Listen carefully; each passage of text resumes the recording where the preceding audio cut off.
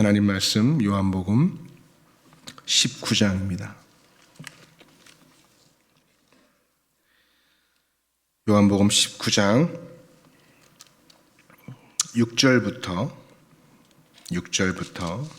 30절까지의 말씀을 보시겠습니다.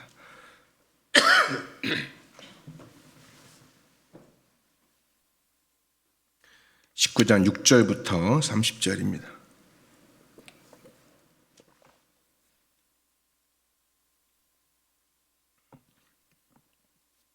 대제사장들과 아랫사람들이 예수를 보고 소리질러 이르되 십자가에 못 박으소서 십자가에 못 박으소서 하는지라.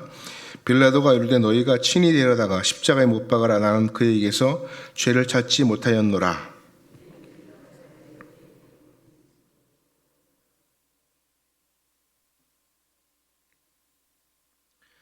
빌라도가 이 말을 듣고 더욱 두려워하여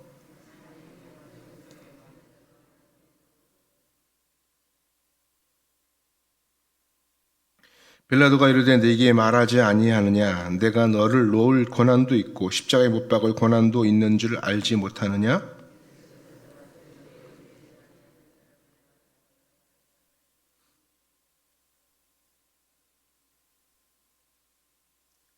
이러함으로 빌라도가 예수를 놓으려고 힘썼으나 유대인들이 소리질러 이르되 이 사람을 놓으면 가이사의 충신이 아니니이다. 무릇 자기를 왕이라 하는 자는 가이사를 반역하는 것이니이다.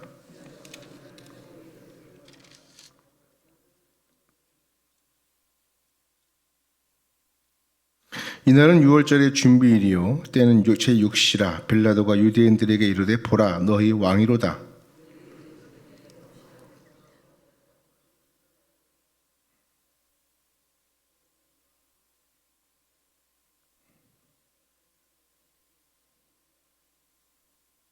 이에 예수를 십자가에 못 박도록 그들에게 넘겨주니라.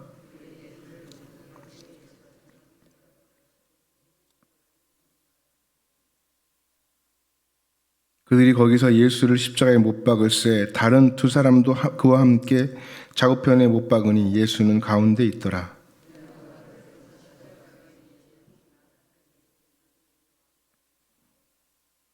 예수께서 못 박히신 곳이 성에서 가까운 고로 많은 유대인이 입회를 이르는데 히브리와 로마와 헬라 말로 기록되었더라.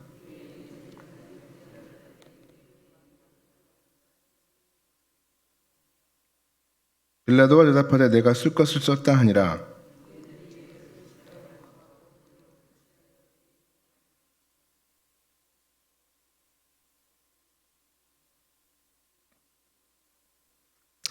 군인들이 서로 말하되 이것을 찢지 말고 누가 얻나 제비 뽑자 하니 이는 성경에 그들이 내 옷을 나누고 내 옷을 제비 뽑나이다 한 것을 응하게 하려 함이로라. 군인들은 이런 일을 하고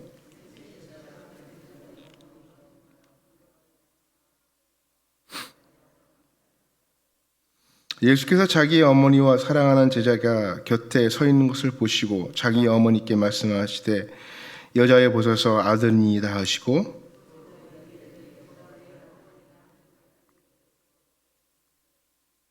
그 후에 예수께서 모든 일이 이미 이루어진 줄 아시고 성경을 응하게 하려 하사 이르시되 내가 목마르다 하시니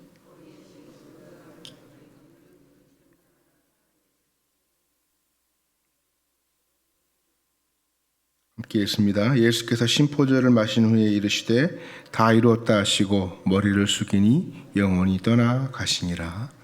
아멘. 우리가 너무나 잘 알고 있는 일제시대의 안중근 의사의 이야기입니다. 그 안중근 의사의 어머니가 조 마리아라는 여사입니다. 매우 강인한 여성이었다고 합니다. 1907년에 아들 안중근이 독립운동을 위해서 집을 떠나갈 때 그녀는 아들에게 당부합니다. 남자답게 당당하게 집안일 걱정하지 말고 대의를 위해서 싸워라. 그렇게 당부했다고 그러죠. 아들은 어머니의 당부를 가슴에 새기고 독립운동을 해 나갑니다. 1909년 안중근은 일제히 우두머리였던 이토 히로부미를 저격한 다음 즉시 체포되어서 감옥에 들어가죠. 투옥되어 있는 안중근을 면회하기 위해서 떠나는 동생들에게 어머니 조 마리아 여사는 또 한 번 당부합니다. 사형이 확정되면 일제히 항소하지 말아라. 항소하는 것, 그것은 일제의 목숨을 구원하는 것이니 남자답게 대의를 위해서 당당하게 죽음을 받아들이라. 이렇게 당부했다고 합니다. 안중근은 어머니의 뜻대로 사형이 확정된 후에 항소하지 않습니다. 어머니는 아들의 형이 확정된 후에 자신이 직접 수의를 지어서 인편으로 그에게 보내죠. 아들은 어머니의 손길이 묻은 이 수의를 입고 마지막을 맞이하게 됩니다. 어머니는 아들이 옥에 있는 동안 한 번도 면회하지 않았다고 합니다. 조마리아 여사는 강인한 어머니처럼 보이지만 정작 그 속을 들여다보면 어땠을까요? 독립운동을 위해서 길떠나는 아들에게 그렇게 말할 수밖에 없었던 어머니의 심정은 과연 어떠했을까? 형이 확정된 후에도 대의를 위해서 죽으라고 말하는 이 어머니의 심정은 또한 어땠을까? 아들의 수의를 직접 짜서 인편에 전하고 한 번도 면회하지 않았던 이 어머니의 마음은 과연 어땠을까요? 만약 조마리아 여사가 아들을 직접 면회했다면 아마 그 마음이 한순간에 무너지지 않았을까? 고문당에서 초췌해진 아들의 얼굴을 보며 그것을 똑바로는 쳐다봤을까?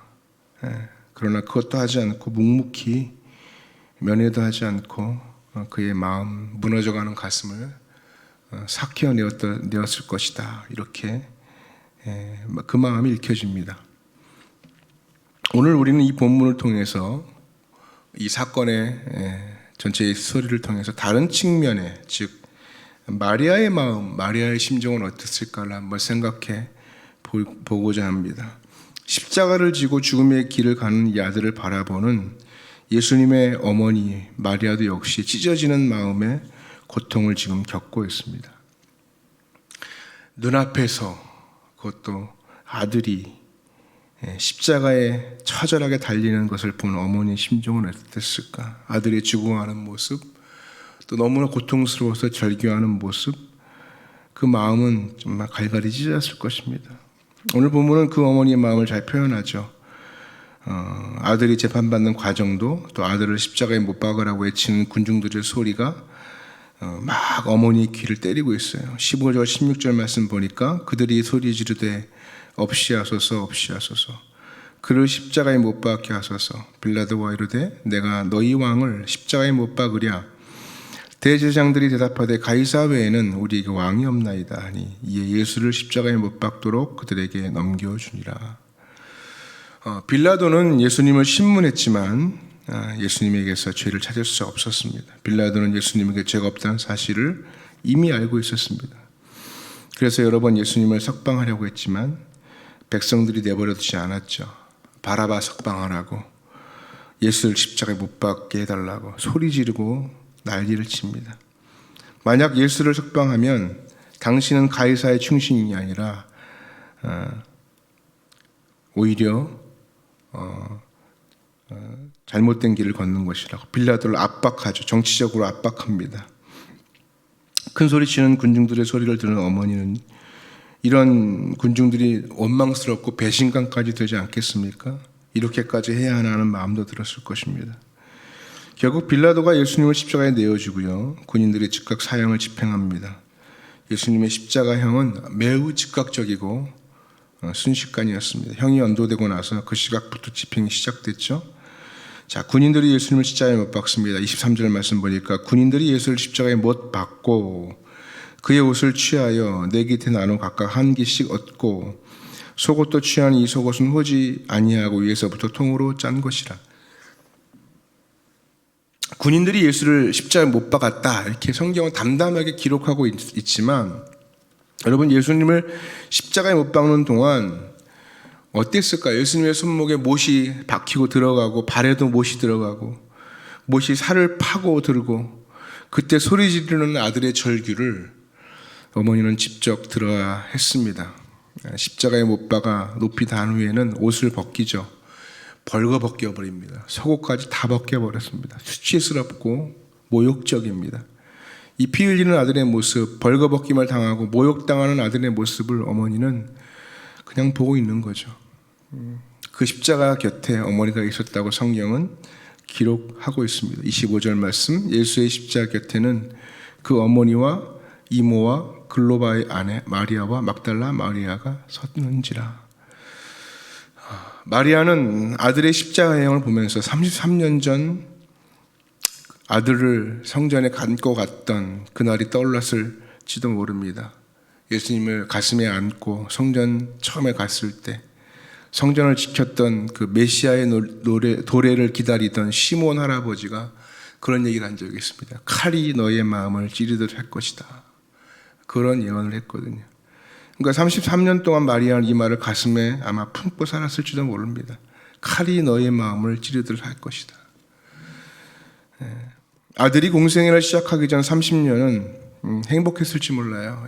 잘 성장하고 또 놀라운 역사와 기적도 보게 되고 아들이 많은 사람에게 주양을 받고, 그러나 공생애가 시작되고 3년이 거의 끝날 무렵 칼이 그녀의 마음을 후벼 파고 찌르는 세월들이 계속 반복되었다는 것입니다. 십자가는 칼이 그녀의 마음을 찌르는 고통의 절정이었고 결국 십자가에서 아들이 죽는 모습을 곁에서 넉넉히 목격해야 했다는 것입니다. 여러분, 우리가 오늘 얻은 이 구원은요, 주님의 희생과 헌신도 있습니다. 피 흘림과 죽음도 있습니다. 동시에 아들을 내어준 어머니의 고통도 함께 녹아있는 장면이기도 합니다.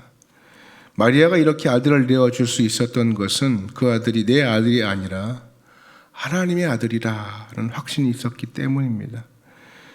마리아는 요셉과 나눈 사랑의 결정으로 아들을 얻은 것이 아니었습니다. 하나님께서 성령을 통해서 잉태케 하셔서 얻었죠. 그러므로 이 아들은 하나님께로부터 왔습니다. 아들은 하나님께서 함께 하실 아들이고 하나님께서 데려가셔도 하나님의 뜻대로 다시 살리실 것이라는 확고한 믿음이 있었을 것입니다. 여러분, 혹시 이 마리아의 결단을 보면서 누구를 떠올릴까요? 저는 구약 시절 아브라함이 아들 이삭을 바쳤던 기억을 한번 떠올려 봤습니다. 남자의 기력이 끝나고 여자의 경수가 끊어지고 난 다음 하나님은 그에게 이삭을 주셨습니다. 누가 봐도 이것은 하나님 주신 아들이죠. 하나님께서 이삭을 모리아 산에 가서 번제로 바치라고 했을 때 아브라함은 하나님의 아들이기에 부활을 확실히 믿고 아들을 바칠 수 있었습니다. 여러분, 이처럼 오늘 우리도 아브라함과 마리아를 기억하면서 오늘 우리의 자녀들을 한번 떠올려 보게 됩니다. 그 자녀를 볼 때마다 살을 에이고 어떻게 보면 고통이 수반되고 너무나 안타까워서 그 마음이 나를 찌르는 그런 심정이 생길지도 모르겠습니다. 때로는 우리 자녀들은 내 것이 아니라 하나님이 맡겨주신 선물이라는 의미가 있습니다. 그러므로 우리가 하나님의 뜻대로 하실 것입니다. 하나님의 뜻대로 완성하실 것입니다. 그 믿음도 저는 필요하다고 생각합니다. 하나님의 인도하신 대로 자녀들을 길러가시고 하나님의 인도하신 대로 자녀들을 빚어가시기를 소원합니다. 하나님께서는 때로는 고난으로, 때로는 광야길로 이끌어가시고 하지만 결국은 그들을 통해서 영광 받으실 것이다. 부모로서는 할 수 있는 것이 거의 없죠. 그냥 부모가 할 수 있는 것은 사랑하는 자녀를 위해서 중보기도 해주고 격려해 주는 것 이상은 없습니다. 여러분, 어찌 보면 십자가를 진다는 것, 내가 신앙생활 한다는 것은 극단적으로 보면 마리아의 심정도 갖게 되는 것입니다. 그것이 어떻게 보면 신앙의 가장 안타까운 모습일 수도 있지만, 그러나 하나님의 역사를 기다리고 하나님의 영광을 바라보는 믿는 자들의 또 새로운 그런 분명한 확신이 우리의 삶 가운데 있어야 될 줄 믿습니다. 오늘도 마리아처럼 아브라함처럼 사랑하는 자녀가 하나님의 영광을 얻을 수 있도록 뒤에서 기도하고 후원해주고 격려해주고 그리고 하나님 앞에 간절히 나아갈 수 있는 여러분 되셨으면 좋겠습니다. 그리고 나에게 주신 이 마리아의 심정으로 또 영혼을 품고 하나님의 그 놀라운 완성을 기다리면서 때로는 힘들지만 그 놀라운 인내의 시간들을 믿음으로 잘 견뎌 나가시는 복된 여러분의 삶이 되기를 간절히 축복합니다. 말씀 기억하고 함께 기도하겠습니다.